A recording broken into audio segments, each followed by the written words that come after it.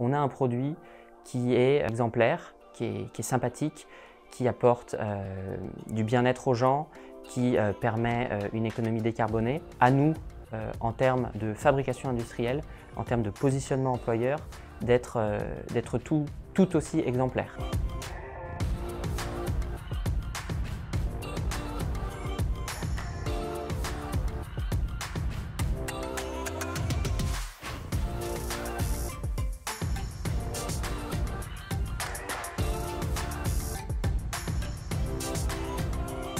Aujourd'hui, on a énormément d'initiatives très intéressantes qui méritent d'être structurées, d'être organisées dans un fonctionnement global pour l'entreprise. On va valoriser nos déchets, notamment à travers l'adhésion à des éco-organismes écologiques, Corépil, qui nous accompagnent pour le traitement et le recyclage de nos déchets électroniques et électriques. On va également valoriser nos déchets industriels avec le recyclage des métaux que l'on utilise, l'acier, l'alu, également le carton qui est une grande source de déchets pour nous. On travaille dans cet objectif d'avoir des composants qui arrivent dans des emballages que nous pouvons recycler. Et ce recyclage est par exemple orienté vers des machines qui gaufrent les cartons. On reçoit par exemple des cartons que nous découpons et que nous gaufrons et qui servent de cale que nous réutilisons dans l'emballage de nos vélos ou dans les envois des composants pour le négoce.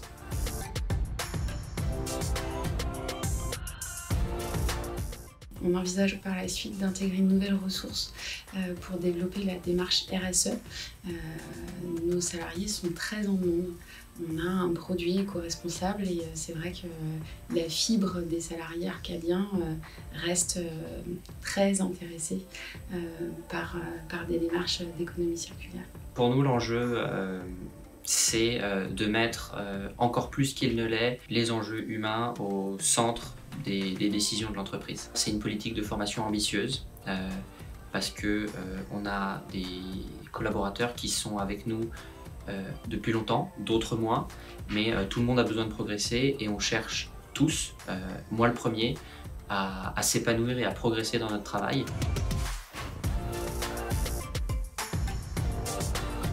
ADN Arcade, c'est placer l'humain au centre du projet d'entreprise et ça fonctionne très bien. La nature de notre production, c'est vrai qu'elle est toujours axée sur un produit de mobilité verte et ça donne du sens. Et on a aussi beaucoup de chance d'être accompagnés par des élus. Les membres de notre CSE sont très en lien aussi avec ces valeurs humaines et travaillent aussi sur des projets d'économie circulaire.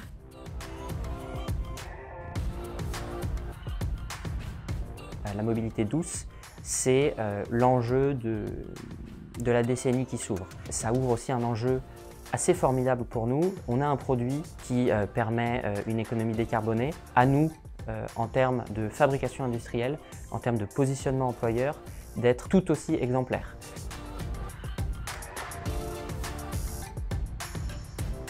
Les Arcadiens, dans leur grande majorité, aiment le produit. On a peu de cyclistes qui viennent, pas plus que dans d'autres entreprises, essentiellement à cause de la situation géographique de l'entreprise. On a des routes qui sont pas très fiables et c'est vrai qu'on a peu de cyclistes pour cette raison-là, même si on en a qui viennent tous les jours à vélo. On commence à travailler en partenariat avec la mission locale et avec l'agglomération pour justement pointer du doigt les zones qui sont peu cyclables. Si on avait des routes et des infrastructures qui le permettaient, je pense qu'on aurait plus de salariés qui viendraient à vélo, ça c'est sûr.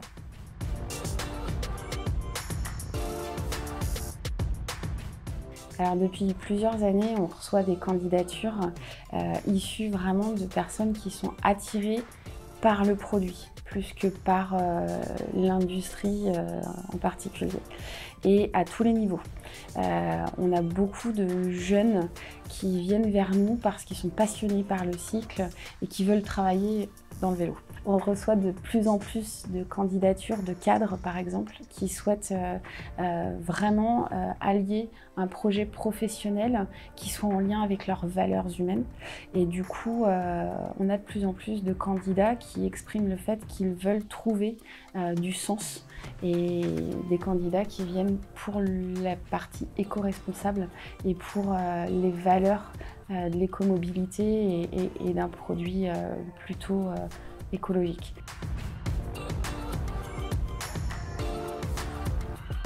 Il y a quelques années, quand j'ai démarré dans ce métier, on parlait déjà des acheteurs responsables, de l'achat responsable. Et notre sensibilisation est sur comment on importe, comment on emballe, comment on transporte, et est-ce qu'on ne pourrait pas trouver plus près. Ces questions-là sont de plus en plus pressantes dans nos domaines. On nous dit souvent que ça coûte cher, beaucoup plus cher.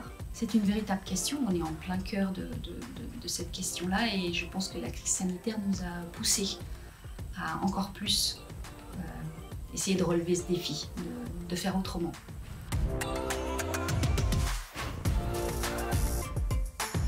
Pour moi, il est indispensable qu'on s'engage dans une démarche on dira impact positif, tout simplement parce que ça va devenir un enjeu commercial indispensable. Aujourd'hui, et de moins en moins, le fait d'avoir une démarche positive, volontaire, ça reste un argument commercial.